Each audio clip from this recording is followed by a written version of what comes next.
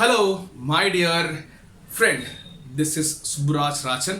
இது வரைக்கும் தமிழ்நாட்டில் ஆண்ட கட்சிகள் எல்லாமே ஏதாவது ஒரு வகையில் மக்களுக்கு ஒரு மானியங்கள் இலவசங்கள் கொடுக்குறாங்க.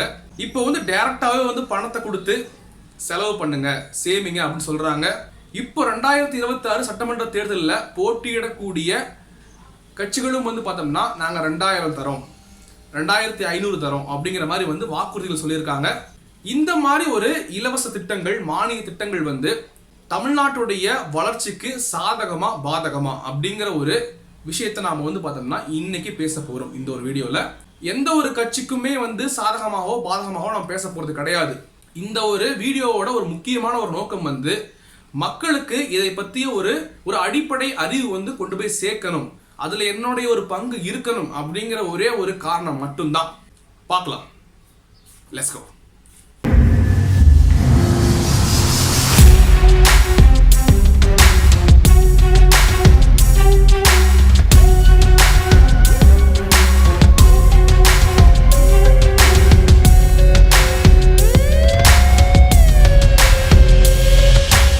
பணம் அப்படின்னு சொன்னாலே பொருளாதாரத்தை பத்தி நம்ம பேசாம இருக்க முடியாது. எக்கனாமிக்ஸ், அதாவது பொருளாதாரம், அந்த ஒரு பாடப்பிரிவுல ரொம்ப ரொம்ப முக்கியமான ஒரு அடிப்படையான ஒரு வார்த்தை உற்பத்தி, அதாவது ஒரு ப்ரொடக்ஷன். உற்பத்தினா என்ன? இந்த உலகத்துல மூலப்பொருட்கள் நிறைய கிடைக்கும். அதாவது ஒரு காய்கறிகள், பழங்கள், மரம், கச்சா எண்ணெய், இதெல்லாமே ஒரு மூலப்பொருட்கள் அப்படின்னு சொல்லலாம். இந்த மூலப்பொருட்களை ஒரு மக்கள் பயன்படுத்தும் விதமாக மாற்றும் ஒரு செயல் தான் பார்த்தோம்னா ஒரு உற்பத்தி. அந்த உற்பத்தி செஞ்ச ஒரு பொருட்களை மக்கள் பயன்படுத்தும் பொழுது அவங்களுடைய ஒரு மதிப்பு அதிகமாகணும், அவங்களுடைய ஒரு வாழ்க்கை தரம் உயரணும். உதாரணத்துக்கு நான் ஒரு குட்டி கதை சொல்றேன். நான் ஒரு மர வேலையை செய்பவர், அதாவது ஒரு தச்சர். நீங்க பார்த்தோம்னா என்கிட்ட பேசுறீங்க, அப்போ எனக்கு ஒரு சேர் வேணும், மரத்துல செஞ்சு கொடுங்க அப்படிங்கிற மாதிரி நீங்க என்கிட்ட கேட்குறீங்க. இப்போ நான் என்ன பண்றேன், மரத்தை எடுக்கிறேன்.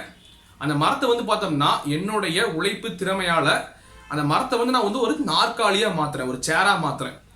அந்த சேரை நான் பார்த்தோம்னா உங்களுக்கு கொடுக்குறேன். நீங்க என்ன பண்றீங்க, அதுக்கு பதிலாக அந்த சேருக்கான ஒரு விலையை ஒரு பணமா எனக்கு கொடுத்துட்றீங்க. இந்த இடத்துல பார்த்தோம்னா ஒரு மரம் என்ற ஒரு மூலப்பொருள் ஒரு நாற்காலியா மாற்றப்படுகிறது, அதாவது உற்பத்தி செய்யப்படுகிறது. உற்பத்தி செய்யப்பட்ட அந்த ஒரு நாற்காலியை நீங்க வாங்கிக்கிறீங்க. அந்த வாங்கிக்கும் போது அந்த ஒரு நாற்காலியோட ஒரு பயன் உங்களுக்கு கிடைக்குது, உங்களுடைய வாழ்க்கை தரம் மேம்படும், நீங்க அதில் உட்கார்ந்துக்கலாம். அல்லது அந்த நாற்காலியை நீங்க மற்ற நபருக்கு கொஞ்சம் அதிகமான லாபத்துக்கு விட்டுறலாம், அப்பயும் உங்களுக்கு பணம் கிடைக்கும். அந்த நாற்காலியை நீங்க வாங்கினதுக்காக எனக்கு நீங்க அந்த பணம் கொடுக்குறீங்களா, அந்த பணத்தால எனக்கும் ஒரு பயன். அப்படிங்கும்போது உற்பத்தியாளருடைய ஒரு பொருளோ அல்லது சேவையோ பணமாக மாற்றப்படுகிறது. அந்த உற்பத்தி செய்யப்பட்ட ஒரு பொருளை வாங்கி பயன்பெறுகின்ற அந்த ஒரு நுகர்வோர் இருக்கிறாங்க இல்லையா, கன்சியூமர், அவங்களுடைய ஒரு பணம் ஒரு பொருளாகவோ ஒரு சேவையாகவோ மாற்றப்படுகிறது. இந்த மாதிரி நடக்கும் பொழுது ஒரு உற்பத்தியாளருக்கும் ஒரு நுகர்வோருக்கும் ஒரு நல்ல ஒரு பயன் கிடைக்கும். ரெண்டு பேருக்கும் நடுவுல ஒரு சுமூகமான ஒரு உறவு இருக்கும். இதே மாதிரி நாடு ஃபுல்லா நடக்கும் பொழுது நாட்டோடைய ஒரு பொருளாதாரம் அங்க வளர்ச்சி அடையும். இப்ப சொன்ன ஒரு குட்டி கதையை நான் கொஞ்சமா மாத்தி சொல்றேன். நான் தச்சர், உங்ககிட்ட வரேன், உங்ககிட்ட சொல்றேன், உங்களுக்கு நான் எந்த ஒரு பொருளும் செஞ்சு கொடுக்க மாட்டேன், ஆனா எனக்கு நீங்க மாசம் மாசம் காசு கொடுத்துருங்க அப்படின்னு சொல்றேன். நீங்களும் அதுக்கு சரிப்பா நான் காசு கொடுத்துறேன் அப்படின்னு சொல்றீங்க. நீங்களும் மாசம் மாசம் காசு கொடுக்குறீங்க. அப்படிங்கும்போது என்ன ஆகும், உங்ககிட்ட இருக்கிற ஒரு பணம் கம்மியாகும். எனக்கு சும்மா பணம் கொடுத்தீங்க இல்லையா, அதுக்கு முன்னாடி பார்த்தோம்னா நீங்க சம்பாதிச்சிருப்பீங்க. அதை விட அதிகமா நீங்க இப்ப சம்பாதிக்கணும். ஏன்னா நீங்க எனக்கு சும்மா பணம் கொடுக்கறதுனால உங்களுக்கு ஒரு நஷ்டம் இருக்கு, அந்த நஷ்டத்தையும் ஈடுகட்டுற மாதிரி நீங்க சம்பாதிக்கணும். அப்படிங்கிற ஒரு சுமை உங்களுக்கு ஏற ஆரம்பிச்சிடும். நாளடைவுல நீங்க எனக்கு சும்மா பணம் தரதுனால வரக்கூடிய ஒரு நஷ்டம் இருக்கும் இல்லையா, அதை ஈடுகட்ட முடியல, உங்களால சம்பாதிக்க முடியல அந்த அளவுக்கு. அப்போ நீங்க என்ன பண்ணுவீங்க, பணம் கடன் வாங்குவீங்க. கடன் வாங்கும்போது வட்டி கட்டுவீங்க. ஒரு லெவலுக்கு மேல பார்த்தோம்னா ரொம்ப பண நெருக்கடி ஏற்பட்டு உங்களால எனக்கு ஒரு சும்மா பணம் தரவே முடியாது. இதே மாதிரி தான் பார்த்தோம்னா நம்மளுடைய நாட்டிலையும் நடந்துட்டு இருக்கு. 2026 வெளியான தமிழ்நாட்டுடைய ஒரு இடைக்கால ஒரு பட்ஜெட் படி தமிழ்நாட்டுடைய தற்போது ஒரு கடன் வந்து 10 லட்சம் கோடி. தமிழ்நாட்டில் இருக்கிற ஒரு பெண்மணியோட கருவறையில் இருக்கக்கூடிய ஒரு சிசுவுக்கோட 1 லட்சம் ரூபாய் வந்து கடன் இருக்கு. இன்னும் வந்து அந்த குழந்தை பிறக்கவே இல்லை. 2027 மார்ச் மாதம் 31ஆம் தேதி அந்த நேரத்தில் தமிழ்நாட்டுடைய கடன் வந்து 10,77,770 கோடியாக வந்து மாறி இருக்கும், அதாவது அதிகரிச்சிருக்கும் அப்படிங்கிற மாதிரி கணக்கிட்டு இருக்கிறாங்க. அடுத்த ஒரு வருஷம், அதாவது 2026 to 2027 அந்த வருஷத்துக்கு இந்த கடனுக்கு நாம கட்ட வேண்டிய ஒரு வட்டி வந்து 78,677 கோடி. நிதி பற்றாக்குறை அப்படிங்கிற ஒரு வார்த்தையை நீங்க கேள்விப்பட்டிருக்க முடியும். அதாவது எப்ப வந்து வரவை விட செலவு ரொம்ப அதிகமாகுதோ அந்த இடத்துல வந்து பார்த்தோம்னா நிதி பற்றாக்குறை ஏற்படும்.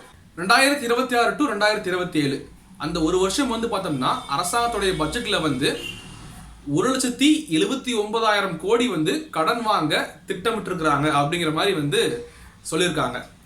போன வருஷம் 2025 to 2026 அந்த வருஷம் வந்து 1,24,000 கோடி வந்து கடன் வாங்கியிருக்கிறாங்க. இந்த வருஷம் அதை விட அதிகமான ஒரு கடன் தான். தமிழக அரசாங்கம் தான் வந்து இப்படி இருக்குன்னா மத்திய அரசாங்கமும் அதே மாதிரி தான். கடன், நிதி பற்றாக்குறை, வட்டி அதே தான். நீங்க நினைக்கலாம், என்னப்பா கடனே வாங்கக்கூடாதுன்னு சொல்ற, நீ வந்து வீட்லயும் சரி நாட்லயும் சரி கடன் வாங்கினா தானே நம்ம வந்து வாழ முடியும், கடனே வாங்காம வாழ முடியுமா அப்படின்னு கேட்கலாம். நம்ம வந்து ஒரு கடன் வாங்கி நாம் வந்து ஒரு முதலீடு செய்கிறோம் அப்படின்னா அந்த இடத்துல வந்து அந்த முதலீடு எப்படி இருக்கணும்னா நம்மளுடைய கடனை அடைக்கிற அளவுக்கும் சரி ப்ளஸ் நமக்கான லாபமும் சரி அதில் வந்து கிடைக்கிற மாதிரி வந்து பார்த்தோம்னா நம்ம முதலீடு பண்ணணும். அப்போதான் வந்து நாளடைவில் வந்து அந்த கடன் வந்து கம்மியாகும். ஆனால் இந்த இடத்துல தமிழ்நாட்டுடைய ஒரு வரலாற்றை பார்க்கும்போது அந்த கடனுடைய அளவு வந்து அதிகமாயிட்டு தான் போயிட்டு இருக்கு. நல்ல ஒரு முடிவெடுத்தல், திட்டமிடுதல், செயல்படுத்துதல் இதெல்லாம் வந்து கடனை குறைக்கிற அளவுக்கு இல்லை. எங்கேயோ வந்து ஒரு குறை இருக்கு அப்படிங்கிறது தான் வந்து பார்த்தோம்னா இந்த இடைக்கால பட்ஜெட் நமக்கு சொல்லுது. இந்தியாவில் ஒரு மக்களாட்சி நடக்குது, அதனால அரசாங்கம் நடத்த தேவையான ஒரு பணம் இருக்கும் இல்லையா, அதாவது ஒரு நிர்வாகம், அரசு ஊழியருக்கான சம்பளம், மக்களுக்கான ஒரு திட்டங்கள், இது எல்லாத்துக்குமே வந்து பார்த்தோம்னா பணம் வந்து மக்கள் கிட்ட இருந்து தான் வந்து போய் சேரும். அப்படிங்கும்போது இந்த மாதிரி கடன் அளவு ரொம்ப அதிகமாக இருக்கும்போது அரசாங்கம் நடத்த தேவையான பணம் வந்து ஒரு பற்றாக்குறை ஏற்படும் பொழுது என்னாகும்னா அரசாங்கம் மக்கள்கிட்ட இருந்து வாங்கக்கூடிய ஒரு வரிகளை வந்து அதிகப்படுத்துவாங்க.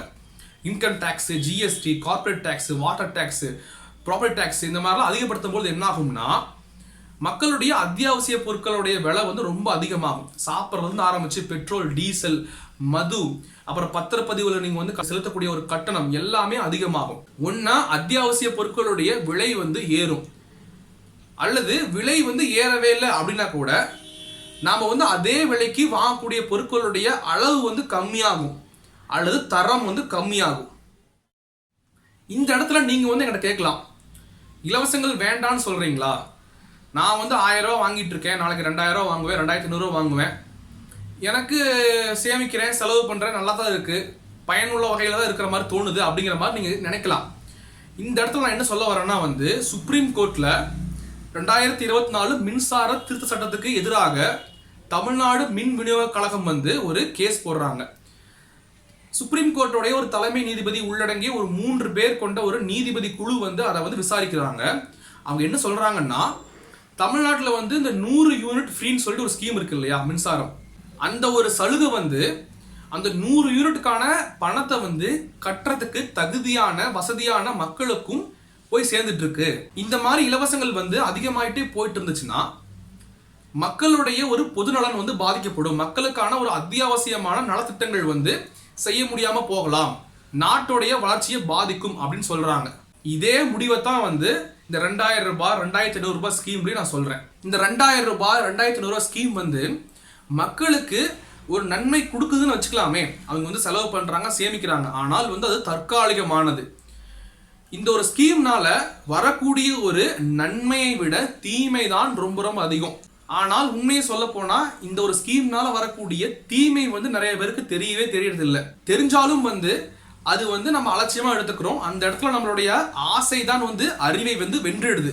அப்படியும் இந்த ஒரு ஸ்கீமை மக்களுக்கு கொடுக்கணும் அப்படின்னு சொல்லும் போது ஒரு குடும்ப வருமானமே வந்து ஒரு மாத வருமானம் வந்து ஒரு 5000மோ 6000மோ இருக்கும் இல்லையா, அவங்களுக்கு மட்டும் நான் கொடுப்பேன்னு சொல்லணும்.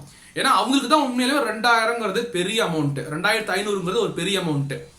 கொஞ்சம் ஒரு 20,000 ரூபாய் 30,000 சம்பாதிக்கிறவங்களுக்குலாம் வந்து பார்த்தோம்னா நம்ம கொடுத்தோம்னா அது வந்து அந்த 2000 ரூபாய் அமௌண்ட் இல்லைன்னா கூட அவங்களால வாழ முடியும். எனக்கு தெரிஞ்ச வரைக்கும் வந்து மகனோ மகளோ வந்து கவர்மெண்ட் ஜாப்ல கூட இருப்பாங்க, ஆனால் அவங்களுடைய ஒரு அப்பா அம்மா இருப்பாங்க இல்லையா வயசானவங்க, அவங்கெல்லாம் வந்து வாங்கிட்டு இருக்கிறாங்க, நல்லா தான் இருக்கிறாங்க, வேலைக்கு போகிறாங்க, அவங்கெல்லாம் வந்து வாங்கிட்டு இருக்கிறாங்க. எனக்கு என்னென்ன உண்மையிலே புரியல. இந்த மாதிரி தகுதி இல்லாமல் இருக்கிறவங்களுக்குலாம் வந்து இந்த மாதிரி வந்து நம்ம 2000மோ 2500 கொடுக்கும் பொழுது ஆட்டோமேட்டிக்காக என்ன ஆகும்னா இதனால் வரக்கூடிய தீமை வந்து பணக்காரங்களை வந்து எந்த ஒரு பாதிப்பும் ஏற்படுத்த போகிறது கிடையாது. நடுத்தர வர்க்கத்தில் இருக்கும் ஏழை மக்களுக்கும் தான் வந்து இந்த ஒரு பிரச்சனை ரொம்பவே வந்து பாதிக்கும். தகுதி இல்லாத மக்களுக்கு இந்த 2000 ரூபாய் 2500 ஸ்கீமை வந்து நம்ம கொடுக்காம அந்த பணத்தை கொண்டு போயிட்டு மக்களுக்கு தேவையான ரொம்ப அத்தியாவசியமான துறைகள்னு சில துறைகள் இருக்கு, அதில் வந்து நம்ம வந்து முதலீடு பண்ணலாம். உதாரணமாக வந்து ஒரு கல்வி, விவசாயம், மருத்துவம். இதுலேயே நான் வந்து ஒரு சிறந்த உதாரணம் சொல்கிறேன் பாருங்களேன். உலகத்தில் 195 நாடுகள் இருக்கு. இதில் இந்தியா வந்து 4வது மிகப்பெரிய பொருளாதார நாடு.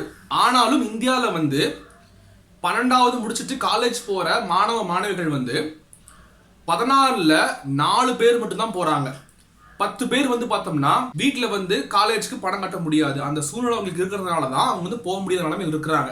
நீங்கள் சொல்லுங்கள், இப்போ வந்து நாம் இந்த 2000 ரூபாயோ 2500 ரூபாயோ நம்ம வாங்கிட்டு தற்காலிகமான ஒரு சந்தோஷங்களை நம்ம அனுபவிச்சுக்கிட்டு இருக்கணுமா, அல்லது மக்களுக்கு தேவையான ஒரு கல்வி மாதிரியான ஒரு விஷயங்களில் நல்ல திட்டங்களை பெற்று நல்லா படித்து நம்ம நாட்டில் வேலைவாய்ப்பும் நிறையா இருக்கணும், அந்த மாதிரி இருந்து நாமளும் வேலைவாய்ப்பு பெற்று சம்பாரித்து சுயமரியாதையோட வாழணும்னு ஆசைப்படுவீங்களா? நீங்களே யோசிங்க. நிறைய நேரங்களில் அரசியல்வாதிகள் வந்து பார்த்தோம்னா ஒரு வியாபாரிகள் மாதிரி இருக்கிறாங்க. வெறும் ஆட்சி அமைக்கிறதுக்கு ஓட்டு வேணும், அதுக்கு என்ன பண்ணுமோ அதை பண்ணுறாங்க. மக்களை கவர்றதுக்கு இந்த மாதிரி ஒரு திட்டங்கள்லாம் வந்து இலவசமான திட்டங்கள்லாம் வந்து காமிச்சிட்டு ஓட்டு வாங்கி ஆட்சி அமைக்கிறது மட்டும்தான் அவங்களுடைய ஒரு குறிக்கோள். தமிழ்நாடு இந்தியாவோட ஒரு வருங்காலம் வந்து அவங்களுக்கு தேவையில்லை, நிதி நிலைமை வந்து அவங்களுக்கு தேவையில்லை, அதில் வந்து அவங்களுடைய குறிக்கோள் கிடையாது அப்படிங்கிற மாதிரிலாம் வந்து நம்ம நிறைய பேசி கேள்விப்பட்டிருப்போம். நான் வந்து மோஸ்ட்லி அப்படி சொல்லவே மாட்டேன். நான் என்ன சொல்லுவேன்னா வந்து மக்கள் வந்து பெரும்பாலான மக்கள் வந்து பார்த்தோம்னா சமூக அக்கறையோட ஒரு அடிப்படையான ஒரு சமூக அறிவோட ஒற்றுமையாக இருந்தாங்கன்னா மக்களுக்கு ஏற்ற மாதிரி வந்து பார்த்தோம்னா அரசியல்வாதிகள் வந்து மாறுவாங்க. ஒரு 100 பேர் இருக்குன்னு வச்சுக்கோங்களேன், அந்த 100 பேர்த்துல வந்து 10 பேர் மட்டும்தான் வந்து பார்த்தோம்னா சமூக அக்கறையோட சமூக அறிவோட ஒரு ஒற்றுமையாக்குறாங்க. மீதி 90 பேர் வந்து பார்த்தோம்னா ஒரு பாமர மக்கள், அவங்க என்ன தெரியாது, இந்த 2000 ரூபாய்க்கும் 1000 ரூபாய்க்கும் வந்து ரொம்ப ஆசைப்பட்டுக்கிட்டு அதுவே ஒரு பெரிய திட்டம் நினச்சிட்டு இருக்கிறவங்க வந்து இருக்கிறாங்கன்னு வச்சுக்கோங்களேன். அந்த 90 பேரை மட்டும் தான் அவங்க வந்து கவர்ந்தா போதும் அப்படிங்கிற மாதிரி நினச்சிட்டு மீதி 10 பேர்த்த விட்டுருவாங்க. ஆனால் 90 பேர் வந்து பார்த்தோம்னா நல்ல ஒரு அறிவோட நல்ல ஒரு சமூக அக்கறையோட ஒற்றுமையாக இருந்தாங்கன்னா அவங்களுக்கு ஏற்ற மாதிரி நல்ல நல்ல திட்டங்களை சிறந்த திட்டங்களை வந்து பார்த்தோம்னா வந்து இங்கே அரசியல்வாதிகள் கொண்டு வந்தே தீரணும். அப்போதான் ஓட்டு வாங்க முடியும். அரசியல்வாதிகள் வந்து நல்ல அரசியல்வாதி கெட்ட அரசியல்வாதி அப்படிங்கிற மாதிரி பிரிக்கிறதுக்கு பதிலாக மக்கள் நாம வந்து பார்த்தோம்னா மாறணும். அப்போதான் வந்து உண்மையாலுமே வந்து ஒரு நல்ல ஒரு முன்னேற்றத்துக்கான ஒரு பாதை கண்டிப்பாக அமையும். இந்த 2000 ரூபாய் 2500 ஸ்கீம் வந்து பார்த்தோம்னா முழுசா கெட்டதுன்னு சொல்லிட மாட்டேன், ஆனால் சிறந்தது கிடையாது. நம்ம எப்பயுமே வந்து பெஸ்ட்டை நோக்கி போகணும், சிறந்ததை நோக்கி போகணும் அப்படிங்கிறத என்னுடைய ஒரு பாயிண்ட் ஆஃப் வியூ இருக்கும்.